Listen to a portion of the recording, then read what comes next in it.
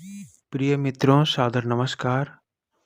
आज का विषय नैतिक शिक्षा पर आधारित एक कहानी है, जिसमें एक इंसान अपने मृत्यु को धोखा देकर खुद को सदा जीवित रखना चाहता था। परंतु क्या हम मृत्यु को धोखा दे सकते हैं? शायद नहीं, क्योंकि हर जीव की मृत्यु एक अटल सत्य है। मित्रों, जिसका जन्म हुआ है उसकी मृत्यु एक दिन निश्चित है, चाहे वह निर्जीव वस्तु ही क्यों ना हो। निश्चित समय आने पर धीरे धीरे कमजोर होकर विधाता के बनाए पंचतत्व में वह विलीन हो जाता है। मित्रों, एक हाड़ मांस के शरीर ने मृत्यु के देवता यमराज को धोखा देकर स्वयं को जीवित रखना चाहा। यही आज की कहानी है। आशा है कि आप सबों को अच्छी लगेगी। यदि यह कहानी अच्छी लगे तो मेरे इस चैनल को सब्सक्राइब करें। मित्रों, प्राचीन समय की बात है। एक राज्य में एक प्रसिद्ध मूर्तिकार रहता था। वह मूर्तिकार अपने शिल्प कला में इतना माहिर था कि वह जिसका भी मूर्ति बनाता, वह मूर्ति जीवित प्रतीत होती थी। मूर्तिकार अपनी छैनी, हथौड़ी, औजार से निर्जीव पत्थर में भी जान डाल देता था। उसके बनाए हुए कलाकृति देखने में बिल्कुल जीवित लगती थी।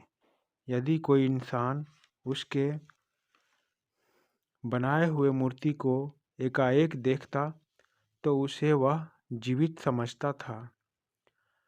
अपने शिल्प कला की इतनी प्रशंसा होने पर मूर्तिकार को घमंड हो गया। जिसे अपने आप पर या अपनी हुनर पर अभिमान हो जाए तो शीघ्र ही उसका पतन निश्चित हो जाता है। मूर्तिकार की प्रसिद्धि को जानकर उस राज्य के राजा ने उसे अपने महल में बुलाया। महाराज ने मूर्तिकार से पूछा, श्रीमान मूर्तिकार, मैंने आपकी शिल्प कला की बहुत प्रशंसा सुनी है। मैंने सुना है कि आप हूबहू शिल्प कला बनाते हैं। जानवर, पक्षी, इंसान सभी की मूर्ति बनाने के बाद केवल उसमें जान भरना ही बाकी होता है। क्या यह सच है? यह सुनकर मूर्तिकार ने अभिमान में उत्तर दिया, महाराज, आपने बिल्कुल सत्य सुना है। यदि मैं परमात्मा होता तो मूर्ति में प्राण भरकर उसे जीवित कर देता, पर मैं अपनी कला में इतना दक्ष हूँ कि मेरी बनाई हुई मूर्ति से मृत्यु भी धोखा खा जाए कि यह एक इंसान है कि मूर्ति। मूर्तिकार की इन बातों को सुनकर महाराज को उसके अभिमानी होने का पता चल गया। महाराज सोचने लगे, मैं इस राज्य का राजा हूँ। यदि मेरी प्रजा खुद पर या खुद की कला पर घमंड करे तो मेरा यह फर्ज है कि मैं अपनी प्रजा को सही रास्ते पर लाऊं। महाराज ने तुरंत दरबार में एकांतवास का आदेश सुनाया। महाराज अपने मंत्रियों के साथ सभी दरबारी से एकांत होकर विचार विमर्श करने लगे।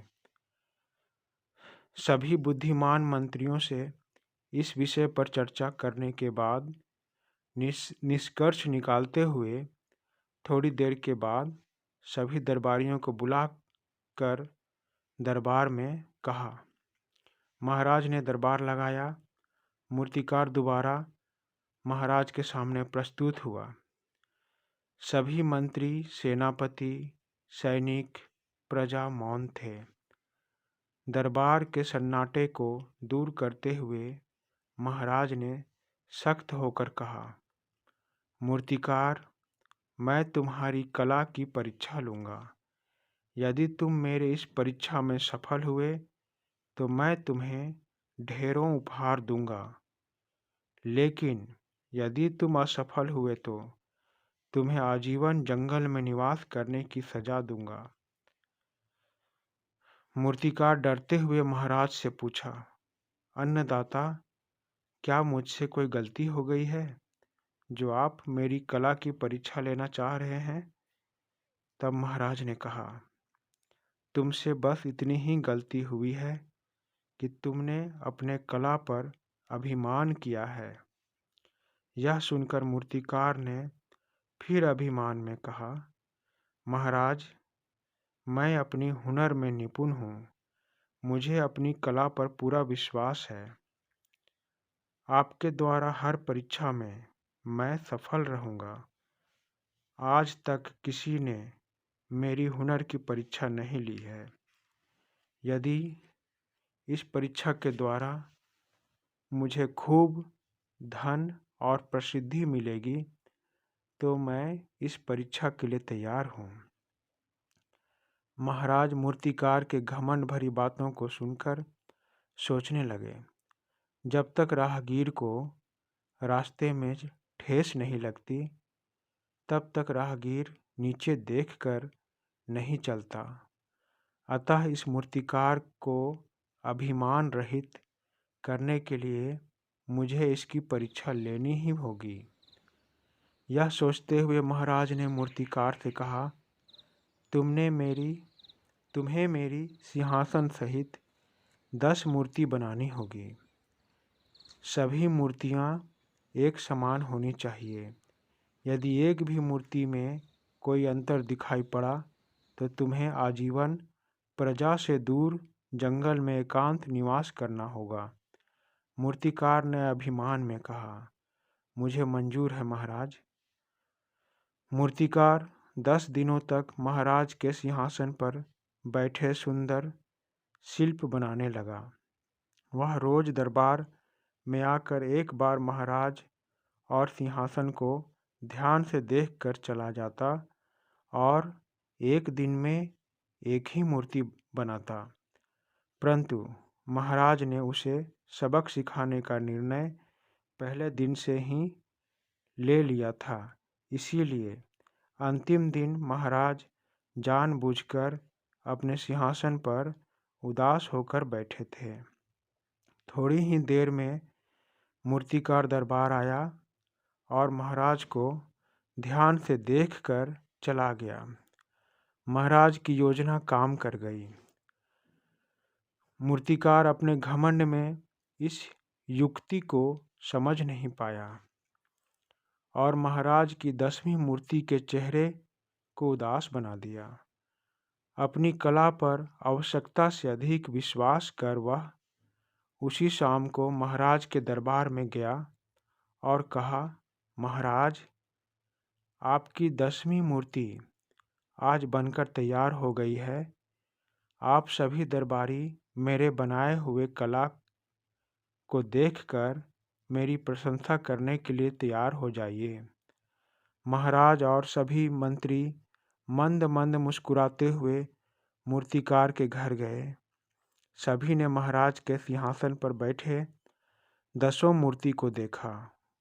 एक मूर्ति को छोड़कर 9 मूर्ति बिल्कुल एक समान बनी थी।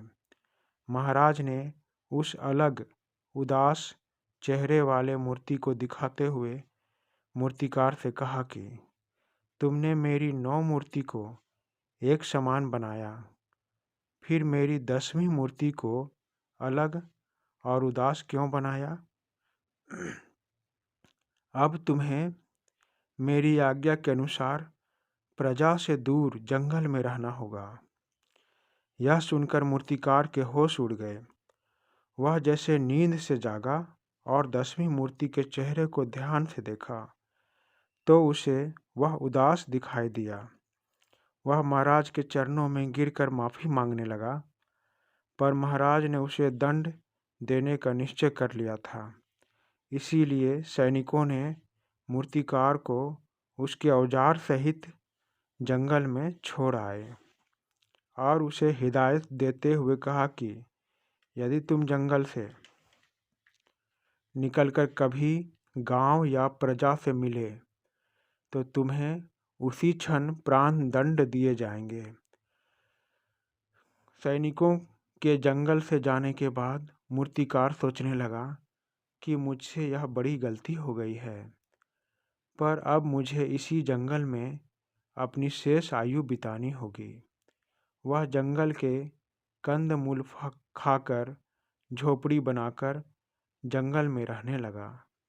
धीरे धीरे समय बीतने पर वह बूढ़ा हो गया। मूर्तिकार को मृत्यु का भय सताने लगा। वह रोज सोचता कि मैं मृत्यु को कैसे हराऊं। मैं ऐसा क्या करूं कि यमराज मेरे प्राण न हर सके और मैं लंबी उम्र तक जीऊं।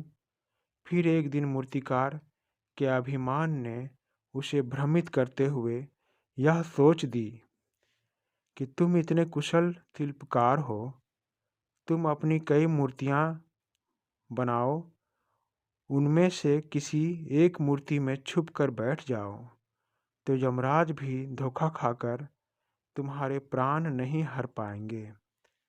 मूर्तिकार ने अपनी झोपड़ी में खुद के बैठे हुए हूबहू कई मूर्तियां बनाई और रोज भोजन कर अपने बनाई हुई एक मूर्ति में बैठ जाता था। नियत समय पर उसकी मौत की घड़ी आई। यमराज मूर्तिकार के प्राण हरने उसकी झोपड़ी में आए तो उन्होंने देखा कि कई मूर्तिकार वहां बैठे हुए हैं। यमराज ने इस समस्या का हल एक एक मूर्ति को तोड़कर करने की सोची, परंतु यमराज तो एक देव ठहरे। किसी की कलाकृति को तोड़ना उन्हें उचित नहीं लगा। वे जानते थे कि इन्हीं मूर्तियों में से एक मूर्ति में वह मूर्तिकार बैठा है।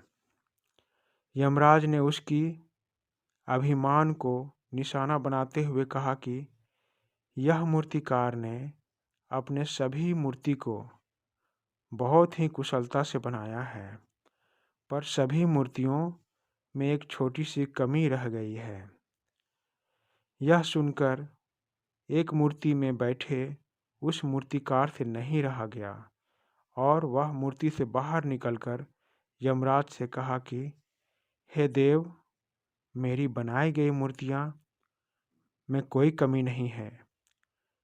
मैं अपनी मूर्तियों को सबसे अच्छे ढंग से बनाता हूँ। यह सुनकर यमराज हंसने लगे और उससे कहा, अरे मूर्ख, मैं तुम्हें मूर्ति से बाहर निकालने के लिए ऐसी योजना बनाते हुए तुमसे ऐसा कहा। अब तुम्हें मुझसे कोई नहीं बचा सकता। तुम मृत्यु को धोखा देने चले थे। मृत्यु को कोई धोखा नहीं दे सकता, क्योंकि मृत्यु एक अटल सत्य है। ऐसा कहकर यमराज ने उसके प्राण हर लिए और वह मौत को धोखा नहीं दे पाया। मित्रों, इस कहानी से हमें यही शिक्षा मिलती है कि हमें कभी अभिमान नहीं करनी चाहिए। परमात्मा ने हमें जितना दिया, इसके लिए उन्हें धन्यवाद कर अपनी जीवन को संतोष से जीनी चाहिए। मित्रों, यदि यह कहानी अच्छी लगी हो तो घंटी दबाकर ऑल पर क्लिक करके सदा मेरे साथ बने रहें। धन्यवाद। धन्यवाद मित्रों।